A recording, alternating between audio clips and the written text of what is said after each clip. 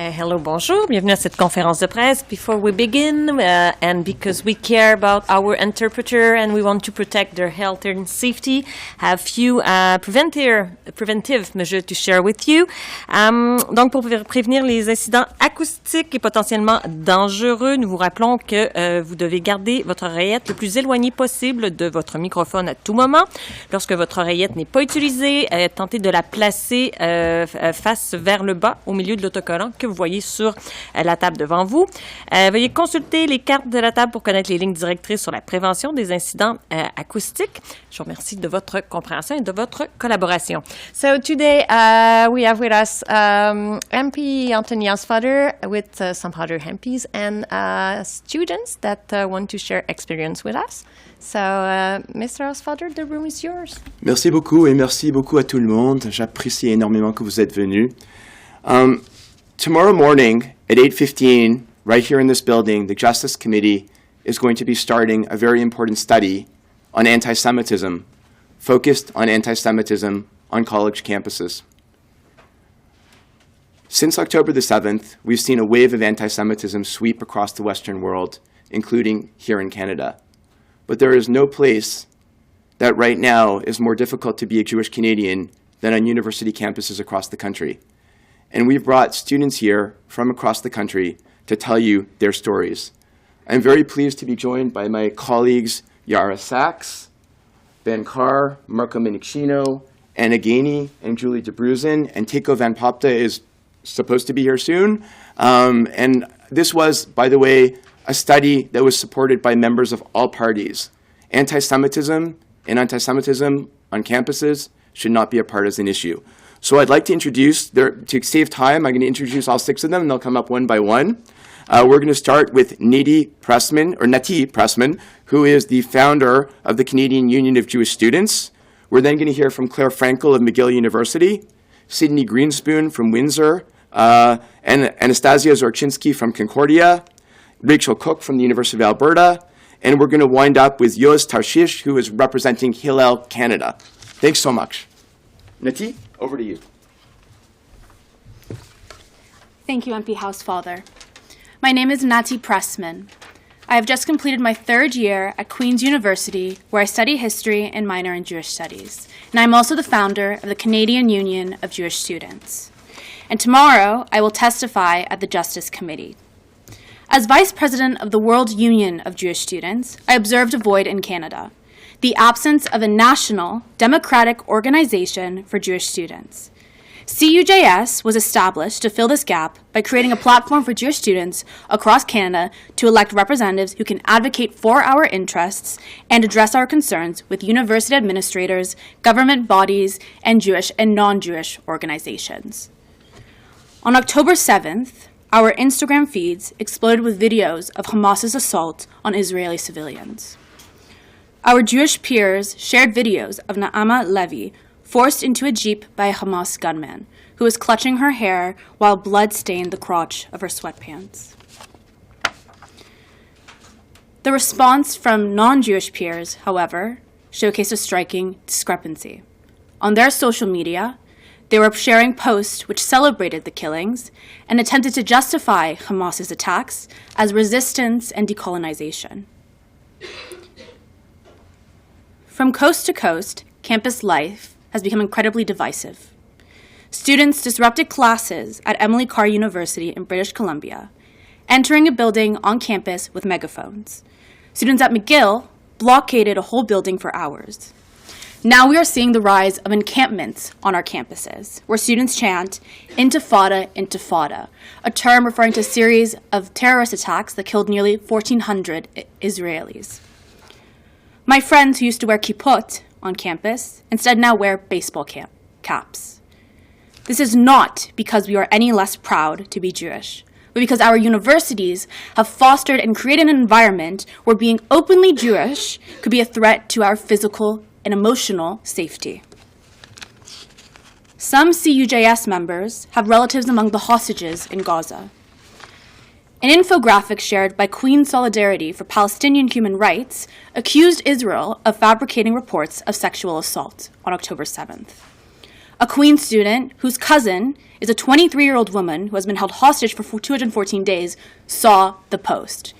The state of her cousin is unknown, and we've also learned that there are hostages who have come forward and said that they were sexually assaulted while in Hamas captivity. At Dalhousie in Halifax, a first-year Jewish student drew an Israeli flag on their whiteboard. Returning to their dorm, they discovered the word terrorists was written instead. In another incident, that same student, in honor of Holocaust Remembrance Day, wrote, "Never again." The word never was erased when she returned to her dorm. At Queen's, first-year students had 5 mezuzot torn down in the Leggett residence building. We have also seen frequent acts of Holocaust distortion.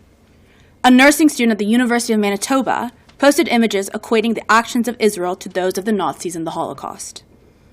The Student for Justice in Palestine group at the University of Regina posted photos of them holding signs that said, "One Holocaust does not equal another."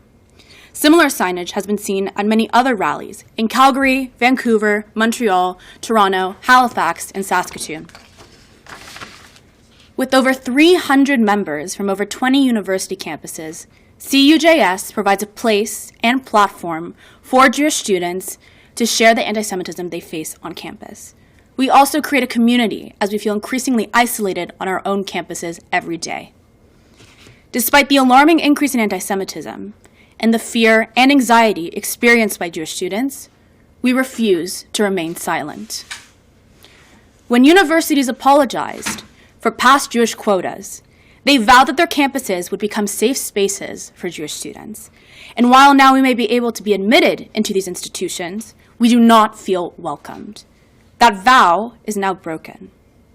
We as CUJS demand accountability for our administrators who have allowed our campuses to become hubs of hatred and division, as opposed to places of learning and nurturing environments for learning and inclusivity. Thank you.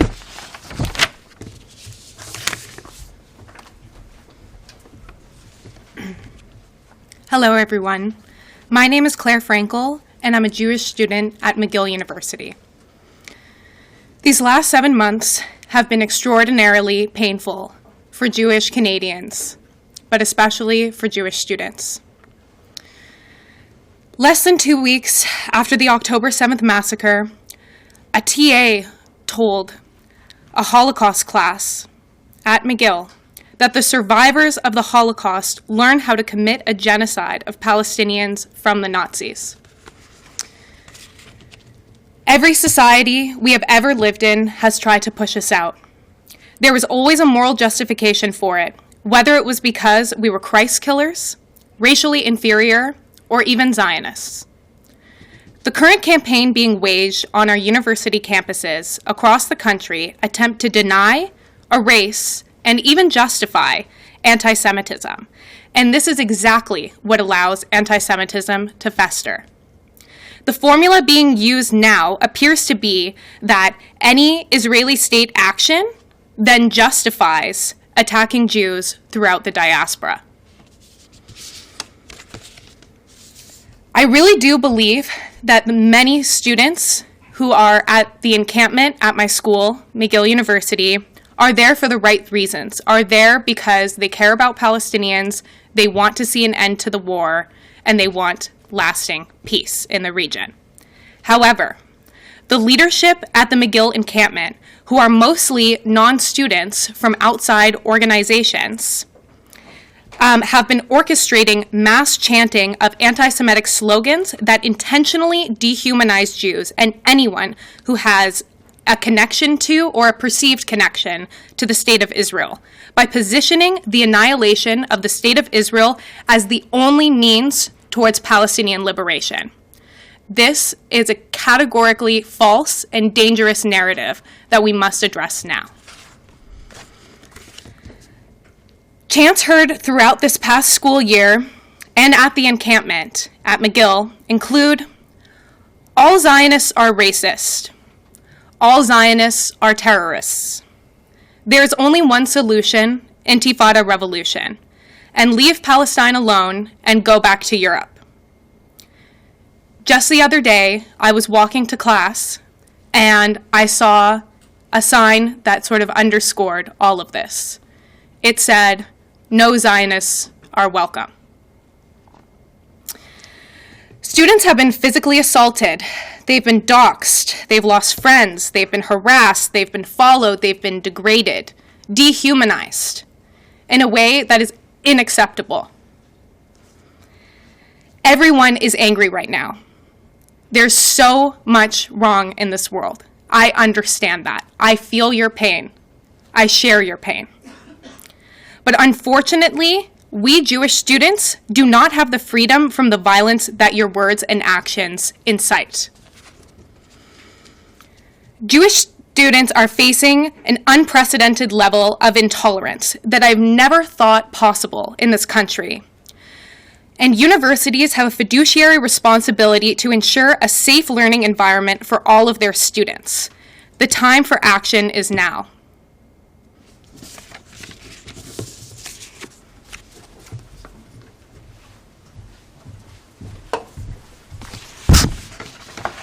Good morning. My name is Sydney Greenspoon, and I have recently completed my final year at the University of Windsor Faculty of Law. This past year, I served as co-president of Windsor Law's Jewish Students Association, the only Jewish organization or club on our campus. Today, I am here to share my story as a Jewish university student in Canada. UWindsor, like many other campuses, has become an unsafe place to be Jewish. It is a campus that allows anti-Semitism to flourish, causing the few Jewish students it has to suppress our identity. The failure of university administrators to protect Jewish students has allowed this hateful climate to thrive. Anti-Semitism did not begin on October 7th. However, since that horrific day, Jew hatred on university campuses has surged to unprecedented levels. Here are but a few examples of the way my university administration, professors, and peers have supported the unjust discrimination of Jewish students this past year. On October 7th, when Windsor's Jewish Students Association posted a statement of solidarity with Israelis on Instagram, the Student Law Society demanded almost immediately that it be removed. At the same time, the SLS informed all campus clubs of a new and, in my view, discriminatory rule against any politicized posts. We fought back, and the SLS ultimately rescinded their rule. Windsor's Palestinian Solidarity Group held their first of many rallies on October 10th, a celebratory event to mobilize for the Day of Resistance, with posters depicting the very same Hamas paragliders involved in the massacre of over 1,200 innocent Israelis. Rallies such as these that glorify violence and so-called die-ins held on campus became a normal occurrence, with no condemnation by the administration, despite the constant disruption to the academic environment and direct intimidation of Jewish students. I have personally heard "Death to the Jews" chanted in Arabic and seen posters with crude rhetoric like "Saved from Nazis to become Nazis." I have been told that I am not welcome at certain events on campus as they are explicitly anti-Zionist. I was effectively shut out from the student debate on adopting the boycott, divest, and sanctions movement at UWindsor, which was ultimately adopted. When the Jewish Students Association participated in a Clubs Day event, we were verbally harassed, threatened, and called murderers by other students. We fled the event in fear of our safety. After reporting this incident to university authorities, we were told that nothing could be done. A recording of Jewish students' interview regarding Holocaust Remembrance Day on the student-run radio station CJAM was abruptly removed as students were greatly upset that the Holocaust was discussed without reference to the war in Gaza. Many law professors intentionally depart from the curriculum to demonize the only Jewish state and agitate with false, radical, and outlandish anti-Semitic rhetoric. At an on-campus event, one professor was met with applause from students after boasting about telling a Jewish student that he hoped she would not return to his class as he was unable to provide a balanced view on Israel and Palestine, insinuating that Zionists were not welcome in his classroom. As demonstrated here today, my story as a Jewish university student is sadly not unique. As a proud Canadian, I've always stood by our values of equality, tolerance, and respect. My fear is that the irrational Jew hatred that is permeating our society, especially within our universities, has begun to erode these values and the rule of law. Thank you.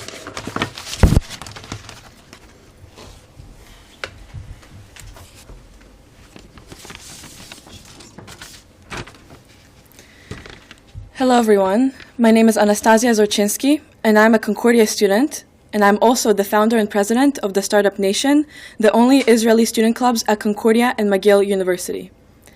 The fact that we reached the point that we have to stand here in front of you today and tell you our horror stories is already a bad enough sign and our sincerest call for help. Almost 10 years ago, my family and I moved from Israel to Canada because of the proliferation and aggression by countries, entities, and persons who seek to see the destruction of Israel. The Canadian values that I came to appreciate when I first arrived have eroded significantly with the level of antisemitism I have experienced here in the last 7 months. If it is waking up one morning with an Instagram comment saying, "Anastasia, we will find you on campus," and on the same day proceed to be accosted by a group of 5 pro-Palestinian men during my lunch break on campus, or hearing that my friends are studying in the only Jewish club room in our 40,000 student university, when all of a sudden the room is attacked by a fully masked mob, banging on the door, the windows, walls, and even the ceiling, while calling my friends dogs and terrorists. Last week, I walked by the McGill encampment with my 2 Jewish friends, which ended up with us being completely surrounded by a fully masked mob, again, screaming at us, "Leave Palestine alone and go back to Europe." And when my friend told them that his family is from Iraq, they screamed, "Go back to Iraq then."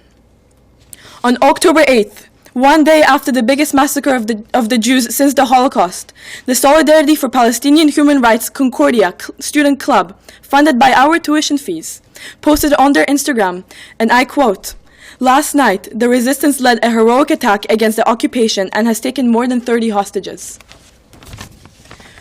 We have to walk the same halls and sit in the same classrooms as people who praise terrorism and don't share principles of Canadian values and seek to promote hate, intimidation, and aggression against an identifiable minority. It cannot be that our universities continue tolerating this. And let me tell you, they have breached their moral, contractual, and human obligations towards us.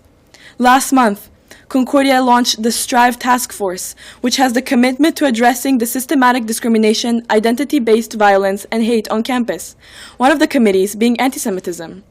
This may appear as a positive step. However, after some research, we found out that one of the 3 co-chairs is completely anti-Zionist, vocally advocates for BDS and against the Holocaust Remembrance Alliance working definition of antisemitism.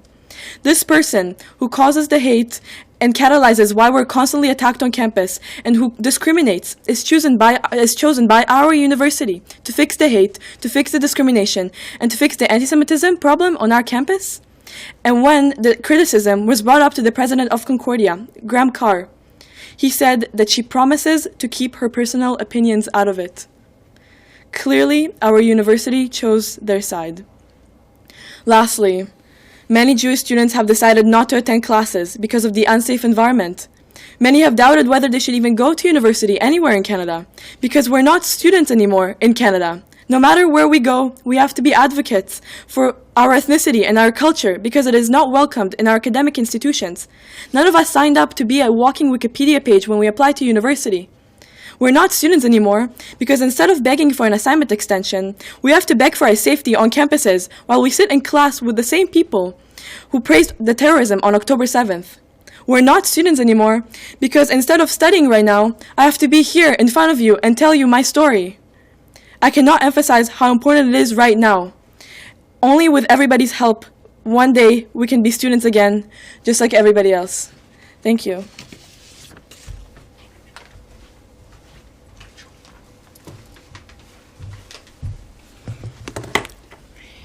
Hello, everyone. My name is Rachel Cook, and as of yesterday, I've completed my 1L year at the University of Alberta Faculty of Law. Thank you all very much for coming and hearing our stories today. This isn't the first time that I've spoken to the media. I went viral in December for requesting to display a menorah, to which my faculty responded by removing all of the Christmas trees. I thought of that yesterday as I was heading to my last final. I dropped by Rutherford Library to drop off a couple of library books. There was a student-designed art display, but sanctioned by the university. That art display, which I'm happy to provide pictures of, included a swastika, death to Zogs, referring to Zogs, which is considered and anti-Semitic form of hate speech, Zionist-occupied governments like the United States and Canada. And another drawing on that display had the Popular Front for the Liberation of Palestine, which is a terrorist organization recognized by the Canadian government. So my university wouldn't display a menorah or a Christmas tree, but they're perfectly happy having that type of display up on campus. This highlights systematic anti-Semitism that I and everyone up here and the hundreds of students across the country have experienced over the past 7 months. Myself, I've watched the sexual assault director, or the sexual assault center director at my university, be fired after she stated the rapes that occurred on October 7th were unverified and signed on behalf of the center. I had one of my own faculty members signing an open letter stating that we should contextualize the brutality on October 7th because it did not happen in a vacuum. Personally, I never wanted to be an activist. I didn't want to be here. I'm a socially awkward nerd who tweets hot takes on her 1L class readings to her 300 Twitter followers. But after I went viral, I received messages from throughout Canada and the US of students who said that my story highlighted what they were experiencing, and they were finally able to point to the ridiculousness and the double standards that they experienced on campus. And I'm here for them. Canadians are good people. I apologize I couldn't take a question in French. I've been taking French in addition to my 1L classes because I love this country and want to be able to talk to all Canadians. Albertans are good people, and I think a lot of reasonable people are very, very tired of what is going on and what they are seeing. And I hope that this study and the attention that we here are able to provide will allow future socially awkward nerds like myself to not have to go through seeing a swastika as they walk to their final exams. Thank you very much again for coming, and I am happy to provide those images if you need them.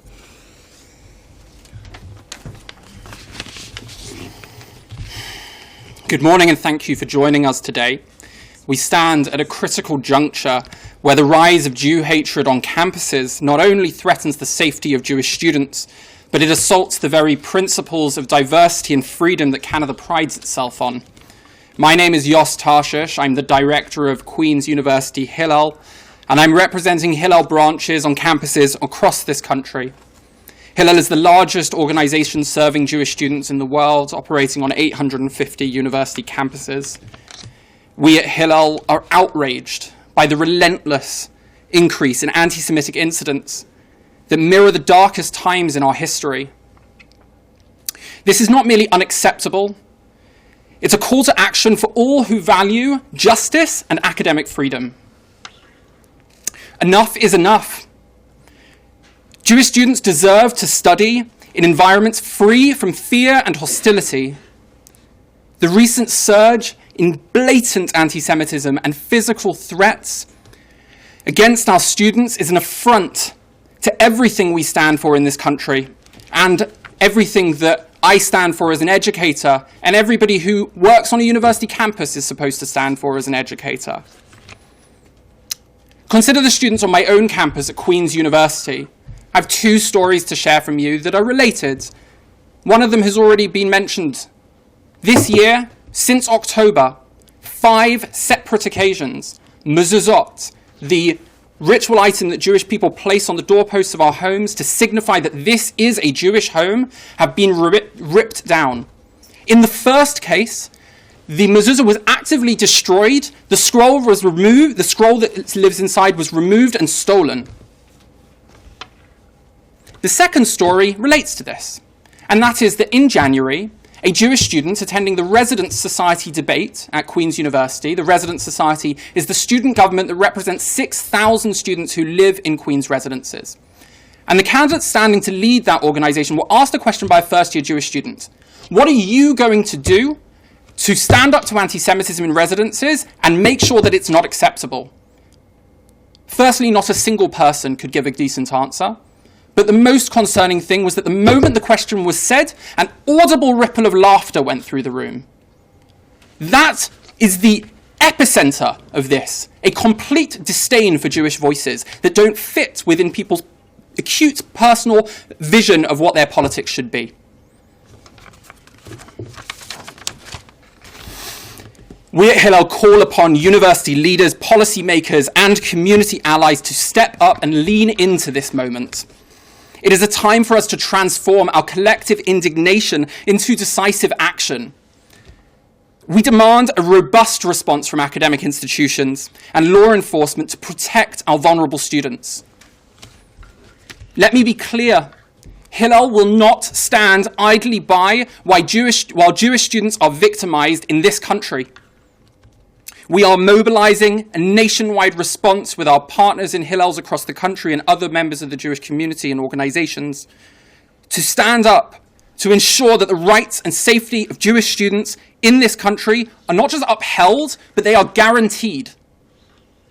We are here today not just to sound the alarm, but to ignite a movement against all hate. Join us in this crucial battle for the soul of our educational institutions and this country. Jewish students deserve better. All students deserve better. We can and must do better together as a society to change this. The famous quote that history does not repeat itself, but it does rhyme, seems more applicable than ever before. We are resolute, we are determined, and we are ready to fight. Thank you for being with us here today and for sharing the brave voices of the students who are here. They are the canary in the coal mine. Listen to them. Thank you so much. You know, everybody's happy to take your questions. Naturellement, vous pourrez poser en français aussi. Alors, on va commencer la période des questions. On va commencer par une question, une sous-question. So we'll start the question period. We'll go with one question, one follow-up, and we'll start with Ryan from National Post.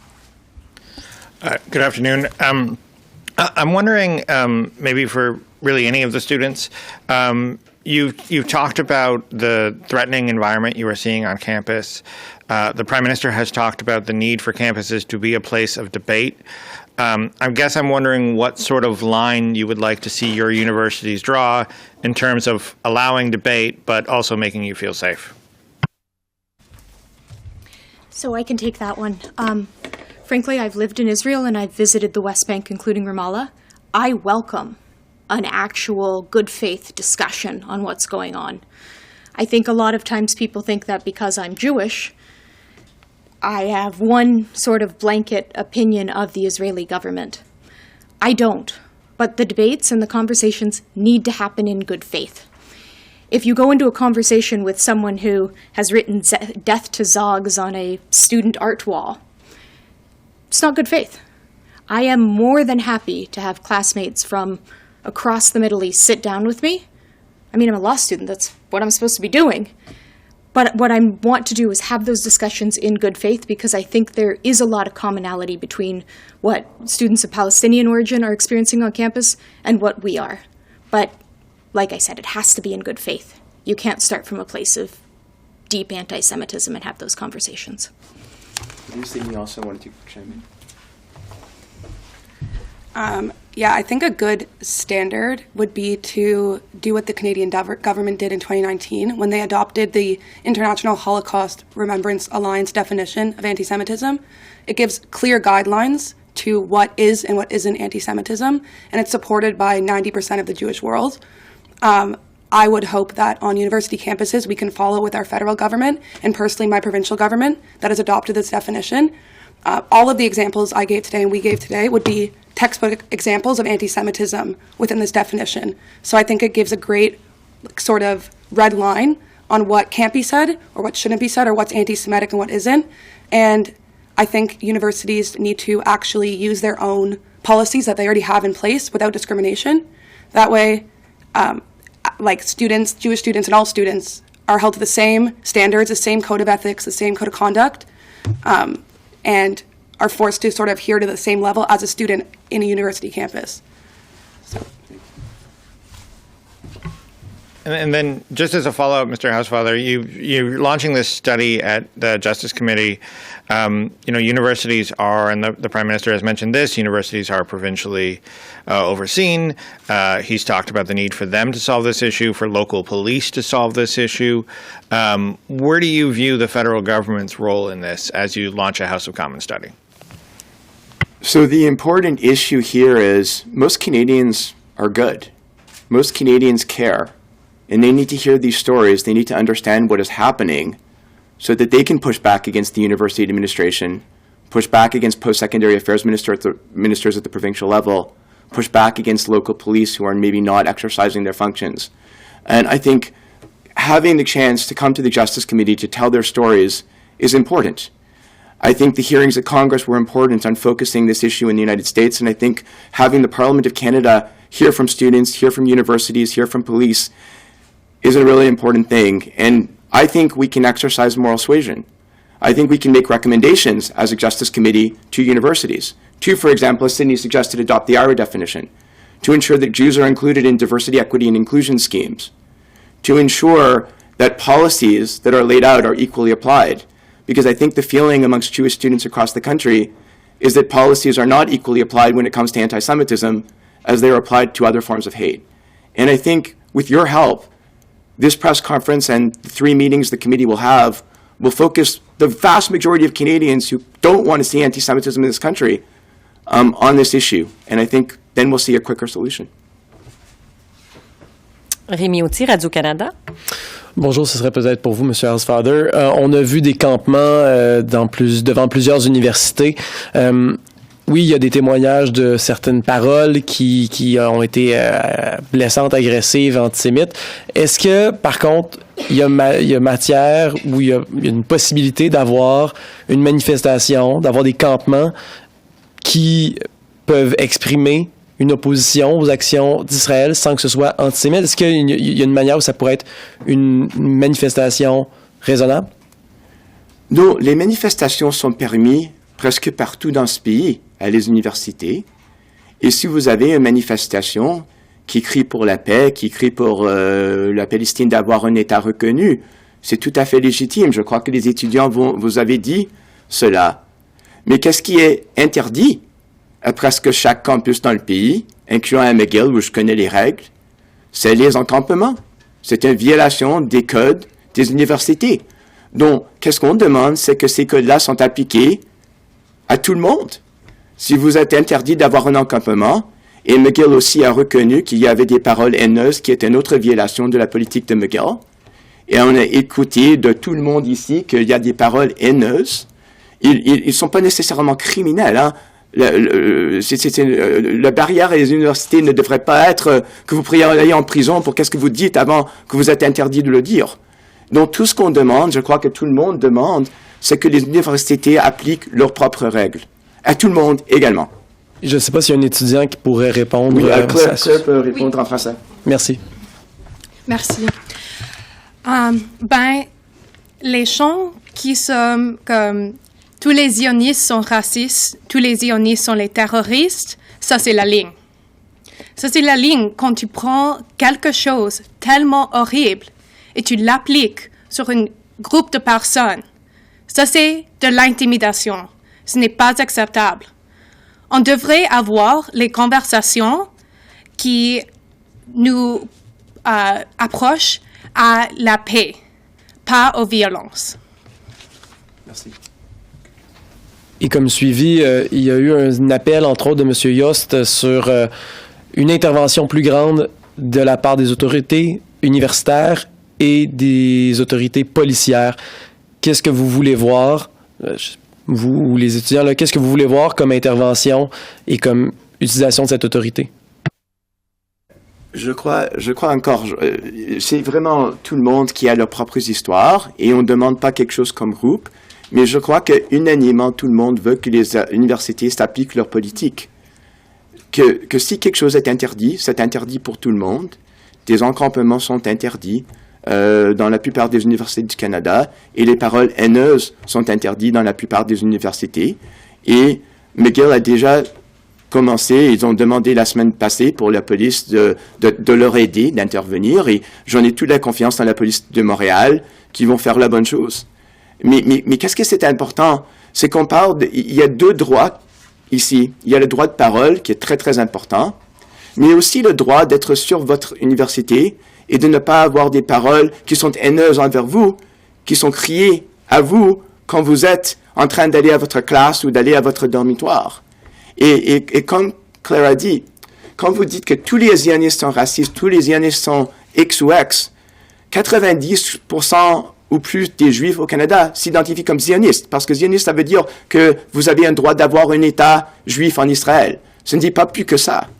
Donc, c'est très important que, pour moi, quand j'étais à McGill, j'ai jamais expérimenté quelque chose comme ça.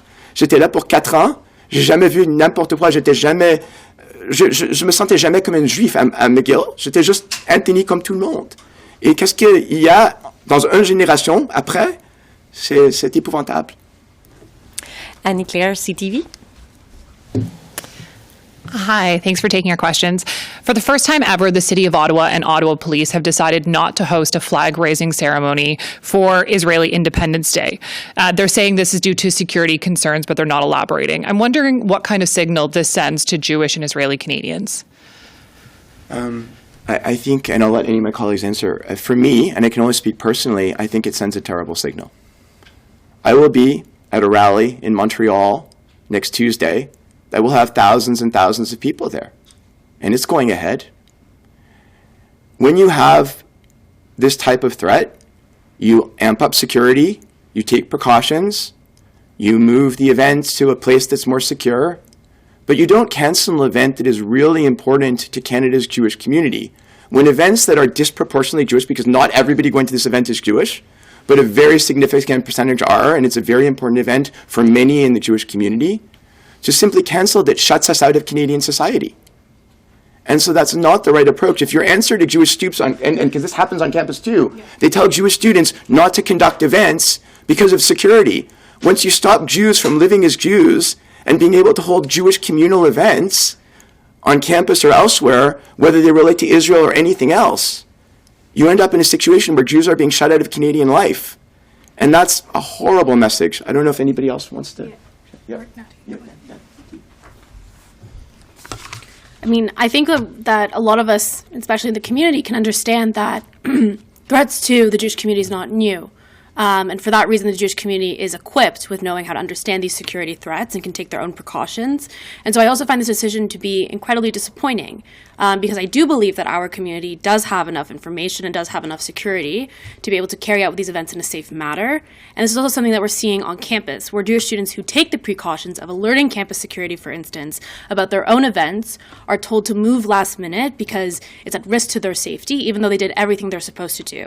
The thing is that security forces, whether it be private, public, are responsible for keeping Canadians safe, and Canadians should be able, and Canadian Jews should be able, to partake in important cultural events without being told that they have to be canceled, especially when we are taking the precautions to alert the necessary people to make sure that it's as safe as possible. Thank you. Actually, a recent example of this was Holocaust Remembrance Day back in January. Usually, McGill has a ceremony that lasts a few hours. You know, it involves the whole community. But this year, McGill decided to make it an online Zoom event that was very much shortened. And the reason, when I asked why, was because they couldn't guarantee our safety, and they didn't want a Holocaust survivor to have to experience anti-Semitism at McGill. The fact that we are having to change the way that we even remember the Holocaust because of anti-Semitism underscores the fact that anti-Semitism is a serious threat to everyone.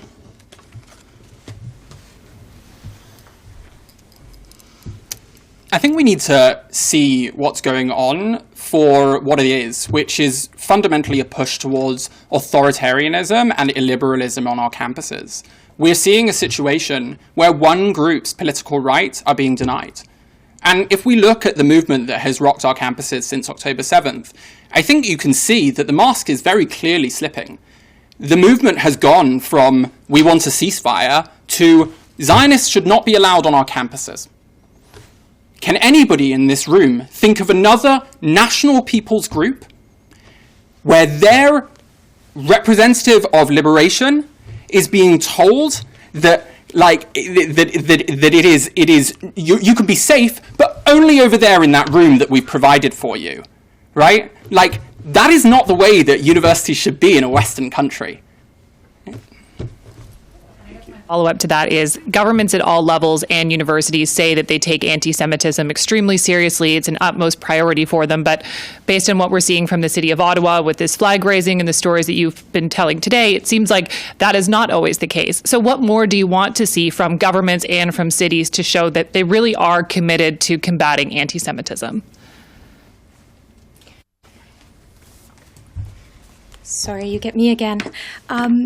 I think that first I would like an encouragement of honesty. The U of A, in November of last year, released a statement saying that the Students for Justice in Palestine were not affiliated with the university and not permitted on campus. They were trying to hold a rally for the martyrs shortly after the sexual assault director was fired. I saw them tabling at Hub Mall a week later. I would like, when we're looking at, and having checked my student loans, they are both federally and provincially funded, I would like the universities to act honestly when any level of government is dealing with this issue. And I would like to see at least a good faith and honest effort to combat the issue from all levels of government.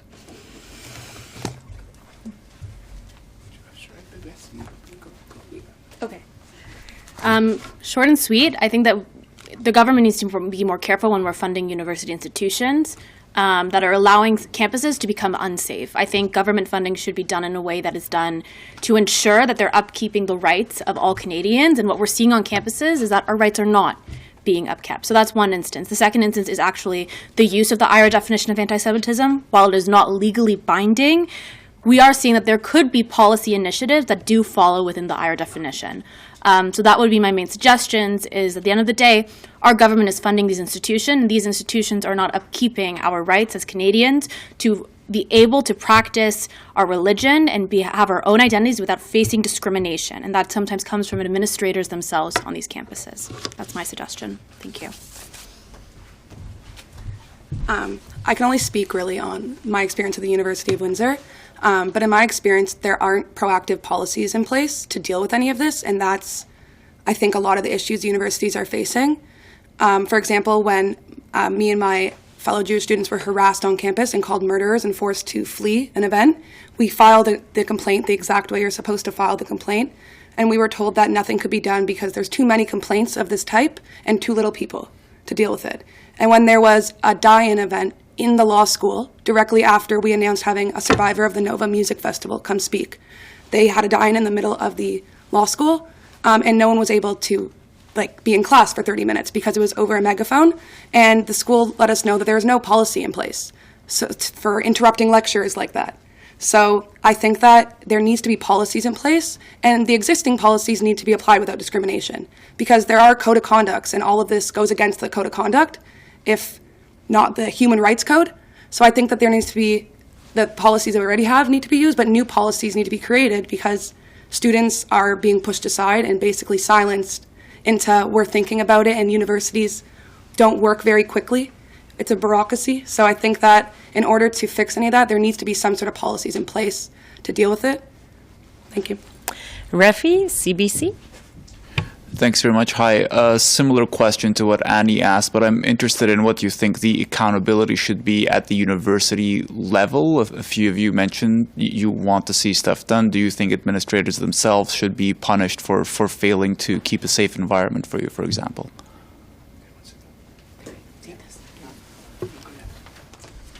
I mean, I think it's really dependent on the university itself. I think our position at CUJS is that there needs to be more that is to be done, and I think that universities need to be held accountable. For example, it could be having them attend the committee hearing if they're asked to be called as witnesses. I think what we're seeing right now, and this is what I mentioned in my previous answer, is that there's government funding going to these institutions that make us feel unsafe. And some of these institutions where Jewish students have been physically harmed by other students, and I've had professors use the term academic freedom wrongly and share information that is basically untrue. So I think that, while we're saying that something needs to be done, I think that university administrators need to learn, and I think there should be a government support on this, that they need to do something, or there will be some consequences that take place. What those consequences may be will be dependent on per case scenario, I should say, in my ideal world. But I think there needs to be better acknowledgement that our government funding is going to these institutions that are not keeping us safe anymore. As it relates to penalising people who are in universities who engage in anti-Semitism, I think really at the end of the day, all we're asking is that universities follow their own policies. So if a university determines that something is hate speech towards Jewish people, I would expect them to act in exactly the same way that they would work in the context of hate speech for any other group of people. But one thing I would like to say, which I don't feel like has been said here, is there's a lot of focus on how we penalise universities for not upkeeping their commitment to Jewish students, and also I think like how universities penalise the people within their institutions who commit these acts of anti-Semitism. There is more that can be done. I mean, like, there are positive signs that universities and government could do that show that they care about this issue. Supporting Jewish student life on campus as the community life for other minority groups is supported. Real funding for those programs, not having to say, oh, maybe we can't book the largest room on campus for Holocaust Remembrance Day because it's the university wants to charge us $1,500 for booking that room, right? Why isn't that just free? Because we're a minority group and it's Holocaust Remembrance Day. And then the other thing is that, once again, a lot is placed on, a lot of emphasis, when I'm in meetings with administrators, a lot of emphasis is placed on the role of the instigator, the person who commits anti-Semitism, to either come forward if they can't be identified or to apologise in some way, or the Jewish student, you must report more, you need to report more, you're not reporting enough. And there's another element, which is the bystander. Where are average, individual, daily, regular, run-of-the-mill Canadians in this? Where are you when you hear somebody calling all Jewish students terrorists, or any Jewish student who believes that their ancestral right to self-determine in their homeland is racist? Where is the Canadian turning around and saying, how dare you? How dare you? How dare you say that to anybody? We are in... You asked before about universities should be a place of debate. Debate cannot happen when people are shut down. I just want to chime in on Rafi's question. So in December, Ben and Anna and David Lametti and Marco Mendicino and I wrote a letter to the 29 biggest Canadian universities. Immediately, that triggered Universities Canada to bring them all together. They had 3 meetings on anti-Semitism to plot out how they respond to our letter, and they all responded. By having these hearings in Parliament and making Canadians aware, because most Canadians, just like most governments, are in good faith. They just don't know how to handle a problem that they've not handled in their lifetime. The escalating anti-Semitism that is happening now. By focusing these hearings on this issue, Canadians will wake up and university administrators will wake up. I really believe that most people are in good faith. They have to prioritize this issue and they have to work with us on solutions. And there are a lot of solutions. And I'm looking forward to the committee report that will follow the hearings that can make recommendations to universities, to provincial governments, as well as to the federal government to the extent that we were involved. But there are solutions. It's just people... For Jewish Canadians, for the last 7 months, most of us have been focused on this issue nonstop. For the people who are on campus and their parents, like Julie, and their grandparents, this is all we talk about. But we understand that's not what's happening with most Canadians. And by holding these hearings, we're telling our friends, our family that are not Jewish, what is happening with us. And university administrators will wake up. I'm confident they'll wake up. I'm confident there will be change, because no student should have to go through what our Jewish students are going through on campus today. I do just want to add one piece on the Justice Committee, and I want to commend Anthony and the students behind us for advocating.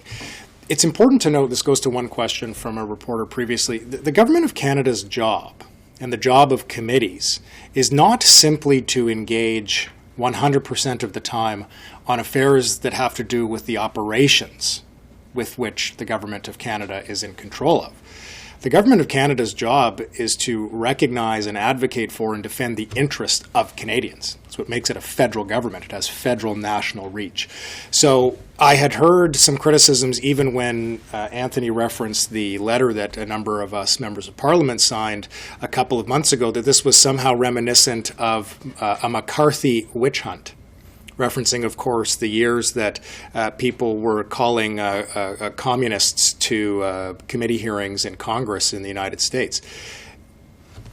I think the absurdity of that comment speaks for itself, but this is the type of resistance that people like Anthony and ourselves and the students are being met with. So I just think it's important that we don't simply focus on, well, does the government fund this? What exactly is the role of the Government of Canada in universities? It's about more than that. It's about parliamentarians who come to the national capital of the nation to represent the interests of Canadians from coast to coast to coast, that we be seized with an issue that is impacting people from all of the ridings that we represent. So I just want to caution that we don't get too caught up in the nuance of where specifically the federal government's role may be. Our role is to defend, advocate, and reflect the interests of all Canadians. Thanks, everyone, for that. I do have a follow-up. As some or all of you know, this Justice Committee will also undertake a study of Islamophobia after anti-Semitism is looked at. And there are strong feelings on about that, too, on campus. I guess I'm wondering, how do you see Muslim and Jewish students reconciling after all this is said and done? Does it have to necessarily mean that the situation in the Middle East is resolved, or do you see other ways forward here? So like I said earlier, there's a lot of hurt on both sides. And I have found that the students who are closest to this issue actually have a little bit more appreciation of the nuance and how difficult it is than the students who are more removed from the issue. Absolutely, Islamophobia is wrong, just like anti-Semitism is. And I am deeply sorry for my Muslim classmates and the Muslim community for going through what is also a horrible, difficult time.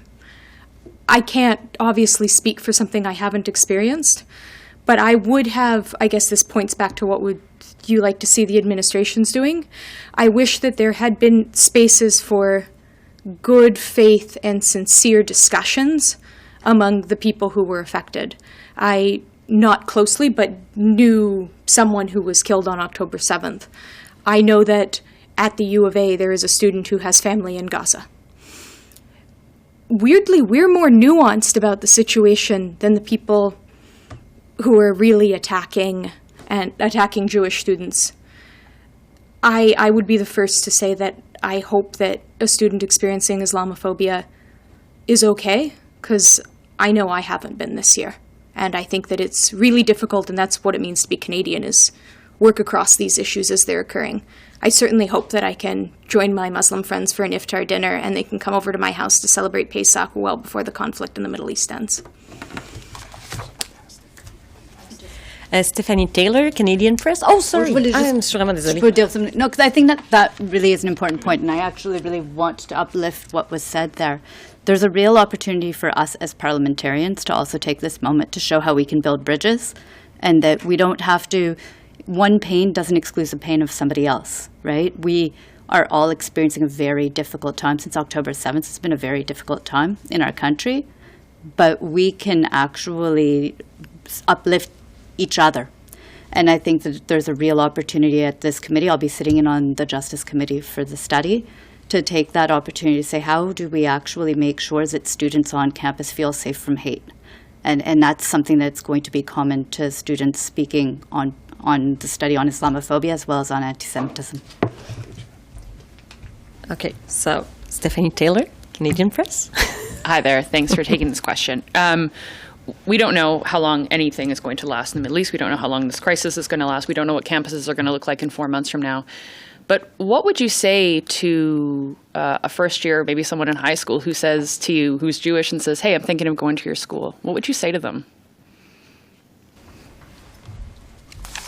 So I've had the opportunity to speak to different high school students from across the country, and I'm honest with them. But I also tell them is that despite the anti-Semitism we're facing, I've made some friends that I think I'm going to keep for the rest of my life. I wish it never had to be where I have to say that.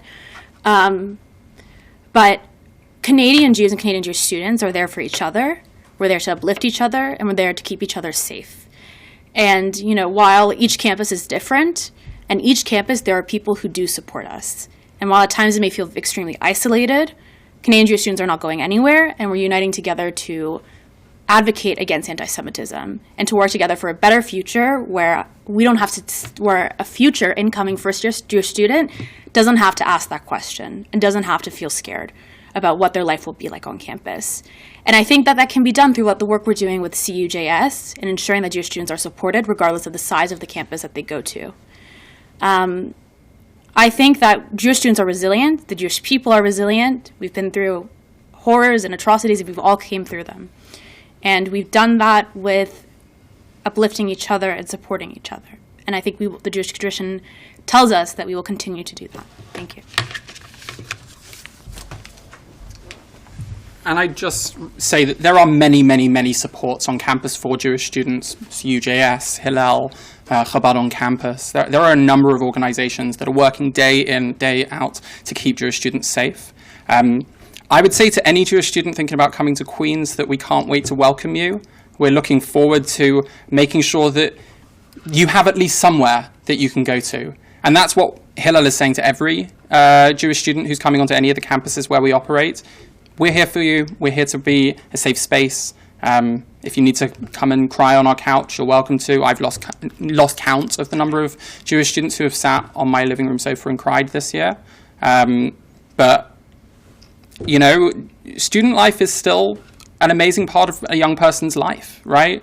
Though I'm sure anybody in this room who went to university can look back on those days with immense fondness for simply the silly bits, the little bits in between, the amazing things that we learn in classes. And for most students, that is the majority of their time.